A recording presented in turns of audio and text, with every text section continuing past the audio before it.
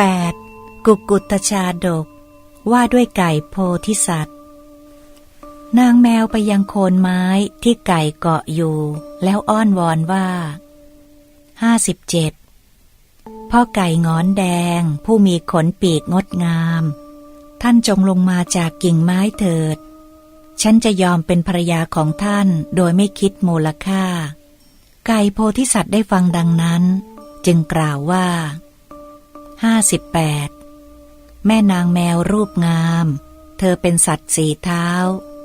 ส่วนฉันเป็นสัตว์2เท้าแมวตัวเมียกับไก่ตัวผู้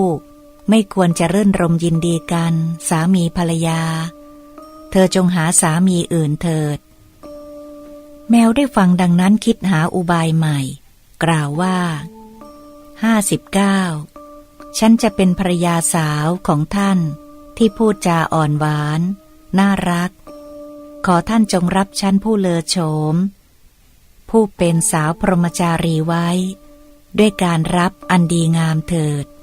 ไก่โพธิสัตว์ได้ฟังดังนั้นแล้วคิดจะขู่ไล่แมวให้หนีไปจึงกล่าวว่า60นางโจรผู้กินซากศพดื่มเลือดเจ้าเบียดเบียนไก่ต้องการเราเป็นผัวไม่ใช่ด้วยการได้อันดีงามหรอกพระสัมมาสัมพุทธเจ้าตรัสว่า61หญิงมีวาจาประกอบด้วยองค์สี่เห็นชายมีทรัพย์ก็ล่อลวงนำไปด้วยการพูดจาอ่อนหวานเหมือนนางแมวล่อลวงไก่